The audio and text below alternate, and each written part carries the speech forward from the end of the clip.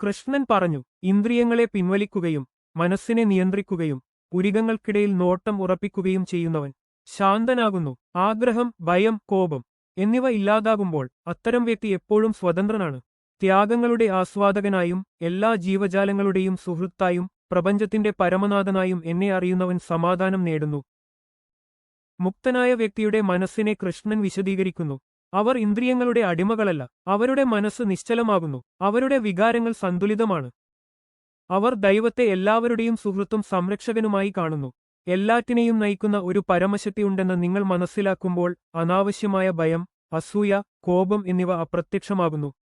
സമാധാനം നമ്മൾ പിന്തുടരുന്ന ഒന്നല്ല, നാം വിശ്വസിക്കുകയും കീഴടങ്ങുകയും ഐക്യം കാണുകയും ചെയ്യുമ്പോൾ അത് സ്വാഭാവികമായി വരുന്നു. നമ്മുടെ മനസ്സ് ശാന്തമാകുമ്പോൾ ലോകം ശാന്തമാകുന്നു. ജീവിതത്തോടുള്ള പോരാട്ടം നിർത്തുന്ന നിമിഷം ജീവിതം നമ്മളോടുള്ള പോരാട്ടം നിർത്തുന്നു. എല്ലാവരിലും ദൈവത്തെ കാണുക എന്നാൽ വെറുപ്പും ഭയവുമില്ലാതെ ജീവിക്കുക എന്നാണ്. നിങ്ങളിലും മറ്റുള്ളവരിലും ഒരേ ദിവ്യ സാന്നിധ്യം കാണുമ്പോൾ അഹം കുറയുന്നു, സ്നേഹം വളരുന്നു, സമാധാനം പ്രവേശിക്കുന്നു. യഥാർത്ഥ ആത്മീയത ലോകത്തിൽ നിന്ന് രക്ഷപ്പെടുകയല്ല, മറിച്ച് ലോകത്തിലൂടെ ലോകമായി ദൈവത്തെ കാണുക എന്നതാണ്.